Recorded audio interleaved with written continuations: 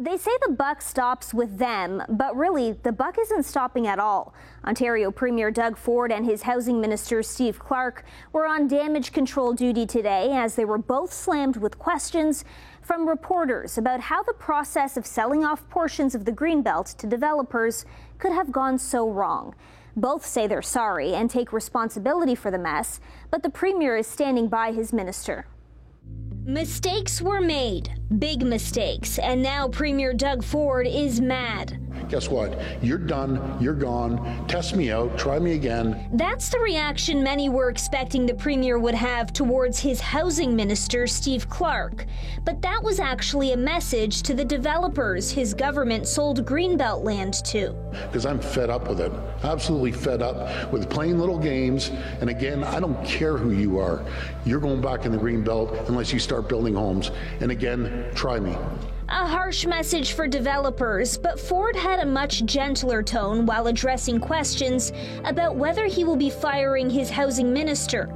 All this after the province's Integrity Commissioner found Steve Clark violated 2 sections of the Members' Integrity Act as the government removed land from the protected Greenbelt for housing. Minister Clark has a tough job, and his goal is to continue building homes. I saw the report. I read a good chunk of it last night, and admittedly, the process could have been a lot better. Clark apologized today. Yesterday's report of the Integrity Commissioner pointed to very clear flaws to the process that led to the removal of the lands being removed from the Greenbelt.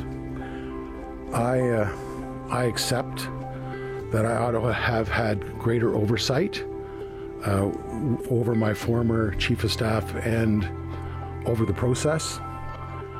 And to Ontarians, I want to say very sincerely that I apologize that I did not.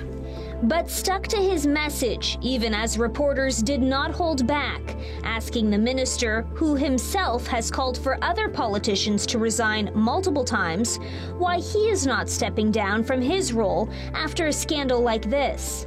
What makes you so special? I take the recommendations from both the Auditor General and the Integrity Commissioner very seriously, and I've been very open with Ontarians today in terms of accepting complete responsibility over the process that took place in the ministry. As I said in my statement yesterday, the buck stops with me, and I accept and regret that Ontarians have gone through this process. The line sounding familiar today. Well, I take full responsibility. The buck stops with me. Well, the buck's not stopping anywhere.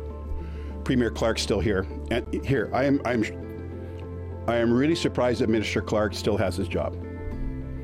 You know, the longer the Minister Clark sticks around, the more this sticks to the Premier. The longer that Minister Clark is in his job, the more the stench or the smell of this thing rubs off on the Premier. Only time will tell if Clark can survive the turmoil. To talk more about this mess the Ford government is embroiled in is Dr. Laurie Turnbull, director of the School of Public Administration and professor in the Faculty of Management at Dalhousie University.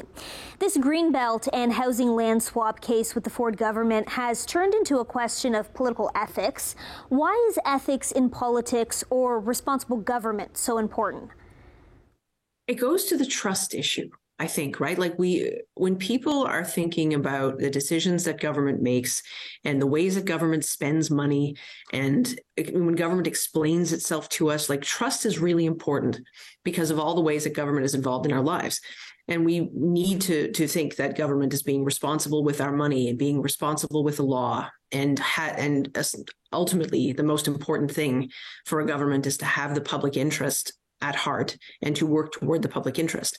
And so when something like this happens, that is essentially a crisis in legitimacy, it's a crisis in government, it's a crisis in trust, it makes people wonder what's really going on and whether they can trust government to fulfill their promises. Because if you can't, then that calls into question the legitimacy of elections. Why do we vote for people that we vote for if we can't trust that they're going to do what they said they do? Like, it gets really dicey. How would you say Ford and his housing minister, Steve Clark, handled the fallout today? You know, it was not a fun press conference for either of them, I would say. I mean, they both seem to be coming back to this point we have a mandate to fix the housing crisis. And so we apologize that mistakes were made on the procedural side, but let's just focus on the housing issue and get that solved. And they keep coming back to that. And they keep coming back to the pressure that's been put on them because the federal government has increased immigration intake every year. And a lot of people want to come to Ontario, and they're talking about the Ontario dream, and we have to do this.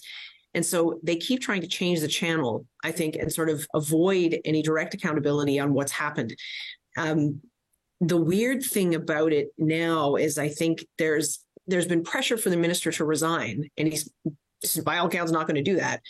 But there seems to be, like today at the press conference with Steve Clark, there was this push that, why didn't you say something? Why did you put your head in the sand? Did you knowingly do that?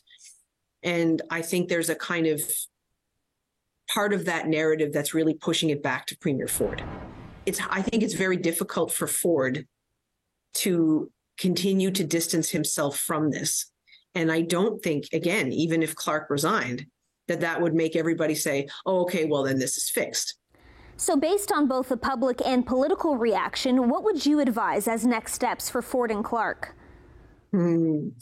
As far as I think the only way that there's going to be any movement on this is going to be with more clarity, with more, shine a light on things. I think it would be a complete waste of time and making things worse for them if they try to avoid, say, like legislative committee investigations into this. There's already a call for a public inquiry. I don't know if that's the right way to go exactly, but I think more than one person has said we've got more questions than answers the more these reports come out. And I agree with that. I think we still don't really understand how did this all happen? How did the public service, what was going on there, where there were, agreements signed, and there's so many questions. And so I think the more that all hangs in the air, the more pressure there will be on the premier to offer something. And I think it's too significant for him to be able to change the channel on it. Thanks so much for joining us, Lori. Thank you. Thank you for having me.